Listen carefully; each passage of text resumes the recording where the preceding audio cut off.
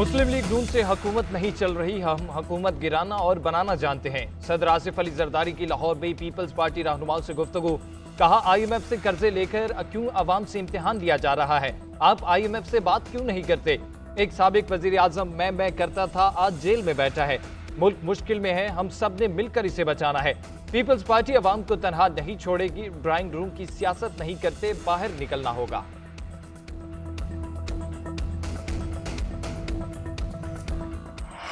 मैं बड़े अदब से अर्ज करना चाहता हूँ कि मेहरबानी करके अपनी कमर कसें और दिन रात मेहनत करें। ये मुल्क का मामला है, ये पाकिस्तान के वसाइल का मामला है, उसको हल करने का मामला है, पाकिस्तान को आगे लेके जाने का मामला है। किसी वजारत ने किसी जरा भी तसाहुल से काम लिया और डिलेइंग टैक्टिक्स इख्तियार किए, I will not tolerate that. Pakistan national shipping corporation 10 जहाज या 12 जहाज और 5 अरब की उनकी तनख्वाहें हैं। कराची पोर्ट पर 1200 अरब रुपए की चोरी हो रही, चोरी। It will not happen and it must not happen, I am telling you very frankly. सुस्ती से काम को बर्दाश्त नहीं करूंगा, किसी को वक्त को बर्बाद करने की इजाजत नहीं देंगे, फैसलों पर अमल दरामद और निफाज करना होगा। वज़ीर आज़म शहबाज शरीफ की वफाकी काबीना को वार्निंग, वुज़रा को 3 माह में मामलात सीधे करने का हदफ। कहा वुज़रा कमर कस लें, पाकिस्तान के मसाइल को हल करना है, सबने टारगेट पूरे करने हैं। IMF से निजात का हदफ सिर्फ बातों से पूरा नहीं होगा, कल्चर बन गया है, मुझ पर टैक्स ना लगाएं, उस पर लगाएं, इस तरह नहीं चलेगा।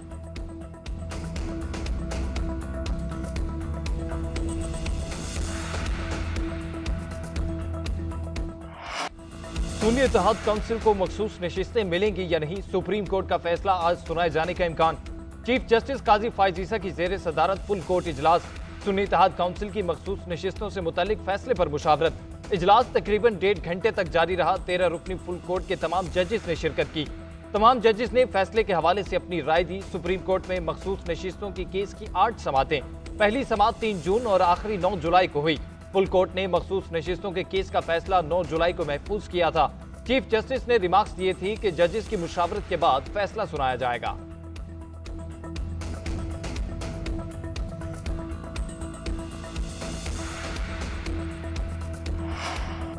सिक्योरिटी फोर्सेस के 4 जवान वतन पर कुर्बान। पेशावर में पाक फौज और CTD का इंटेलिजेंस बुनियादों पर मुश्तरका ऑपरेशन, फायरिंग के तबादले में सिपाही बादाम गुल। CTD के sub inspector ताजमीर Shah, ASI Mohammad Akram, Mohammad Idris शहीद हो गए। फोर्सेस की कार्रवाई में एक high value target commander Abdul रहीम समेत 3 दहशतगर्द हलाक। मारे गए दहशतगर्दों के कब्जे से हथियार और गोला बारूद बरामद।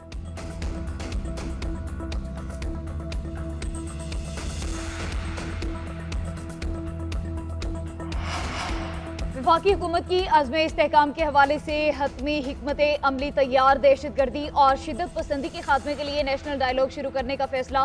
वज़ीर आज़म शहबाज शरीफ ने काबीना अरकान को ऑपरेशन वजूहात और दायरा कार पर एतमाद में ले लिया। अज़्म इस्तेहकाम में 30% कार्रवाइयाँ और 70% डायलॉग और दीगर इक़दाम होंगे।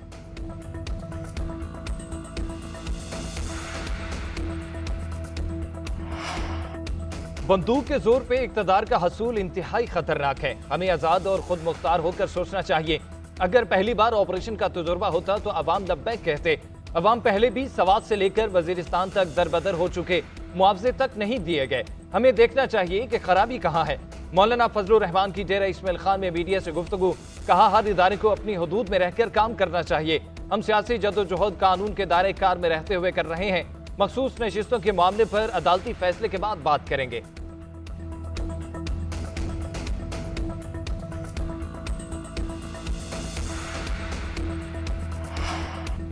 T20 वर्ल्ड कप में कौमी टीम की नाकिस तरीन परफॉर्मेंस पर सर्जरी। वहाब रियाज और अब्दुल रज़ाक सिलेक्शन कमेटी से फारिग। चेयरमैन PCB ने दोनों को हटाने की मंजूरी दी। वहाब रियाज सीनियर मैनेजर के ओहदे से भी हटा दिए गए। कौमी सिलेक्शन कमेटी के मजीद 3 अरकान बिलाल अफजल, उस्मान वाहला, हसन चीमा को भी निकाल दिया गया। टीम के मैनेजर मंसूर राना भी फारिग। दोनों को टीम में डिसिप्लिन और ड्रेसिंग रूम का माहौल खराब होने पर हटाया गया। हेड कोच गैरी क्रिस्टन और असिस्टेंट कोच अजहर महमूद ने रिपोर्ट में खिलाड़ियों को गैर संजीदा करार दे दिया। ज़राए के मुताबिक रिपोर्ट में लिखा गया कि शाहीन अफरीदी ने नारवा रवैया अपनाए रखा। वहाब रियाज और मंसूर राना ने कोई एक्शन नहीं लिया। शाहीन शाह कोचेस और मैनेजमेंट की बात नहीं सुनते, बदतमीजी करते थे। रिपोर्ट में खिलाड़ियों की एक दूसरे के खिलाफ लॉबिंग का भी जिक्र किया गया। लिखा कि खिलाड़ी एक दूसरे के खिलाफ प्लानिंग करते रहे, बदनाम पाकिस्तानी टीम होती रही। ऐसा कैसे हो सकता है? मैं अकेला जिम्मेदार हूँ। मेरा एक वोट 6 वोटों पर कैसे हावी हो सकता है? वहाब रियाज का सिलेक्शन कमेटी से हटाए जाने पर रद्द-ए-अमल।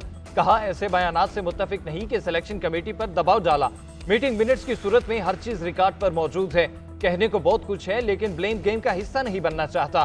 पूरी ईमानदारी से खेल की खिदमत की। 7 रुकनी सिलेक्शन कमेटी के साथ काम करके बहुत अच्छा लगा।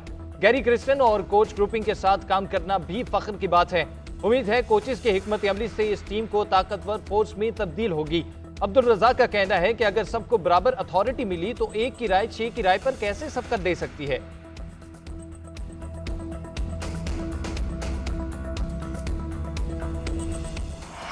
असद कैसर मेरे बहुत लायक एहतराम है। जब ये स्पीकर थे और उस वक़्त ये लीडर दी ऑपोजिशन को किस तरह बोलने नहीं देते थे, ये रिकॉर्ड कैसा है, रिकॉर्ड कैसा है। मैं रिकॉर्ड पे लाना चाहता हूँ कि गंदम की एक्सपोर्ट का कोई फैसला नहीं हुआ। गंदम की बरामद का कोई फैसला नहीं किया गया। गंदम पीटीआई दौर में पहले दरामद फिर बरामद की गई। अरबों खरबों रुपए कहाँ गए किसी को खबर नहीं। वजीर आजम शहबाज शरीफ का कौमी असम्बली में इज़हार ख्याल। बोले, जब असद कैसर स्पीकर थी तो अपोजिशन को बोलने की इजाजत नहीं देता था। असद कैसर बोले, हमें कौमी असम्बली में बोलने का मौका नहीं मिलता। हमारे दौर में सबको बात करने का मौका मिलता था। ये रिकॉर्ड का हिस्सा है। ख्वाजा आसिफ और शाहिद खाकान अब्बासी तकारीर करते थे, सरकारी टीवी पर लाइव दिखाया जाता। अब तो वहाँ फरिश्ते बैठे हैं, अपोजिशन की बात नहीं दिखाते। स्पीकर को नोटिस में लाए बगैर छापे मारे जा रहे हैं। MNAs को हरासा किया जाता है। स्पीकर को कोई नहीं पूछता।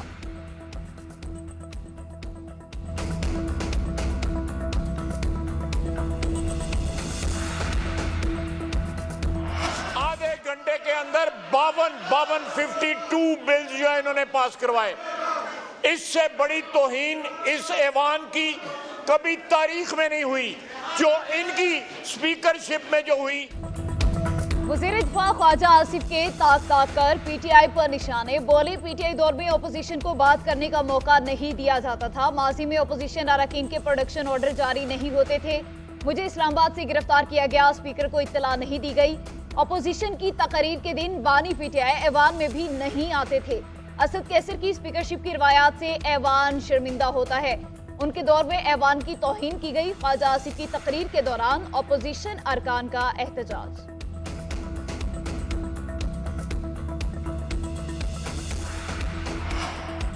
अपोजिशन रहनुमाओं का स्पीकर से बोलने की इजाजत ना देने का शिकवा। उमर अयूब बोले, जब बोलने लगते हैं तो रोक लिया जाता है।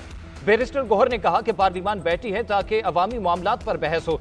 वजीर आजम ऐवान में थे तो स्पीकर ने हमें मौका ही नहीं दिया। मौजूदा जाली हुकूमत कानून साजी को बिल्डोज करती आई है। किसी की प्राइवेसी के खिलाफ कोई कानून साजी नहीं हो सकती। महमूद खान अचकजई ने कहा, आयात सादी के खिलाफ तहरीक अदम एतमाद लानी चाहिए।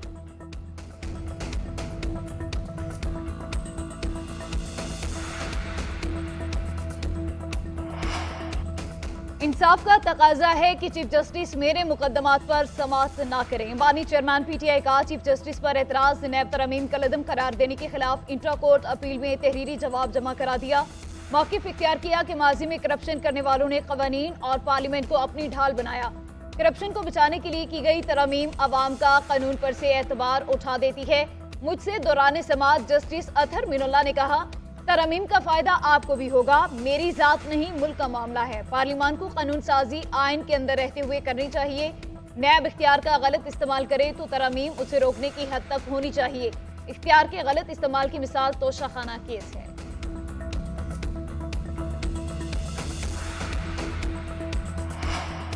साबिक वजीर दिफा परवेज खटिक ने 190 मिलियन पाउंड केस में गवाही दे दी। अदालत में बयान दिया कि शहजाद अकबर ने बताया था पाकिस्तान से गैर कानूनी तौर पर भिजवाई गई बड़ी रकम बरतानिया में पकड़ी गई।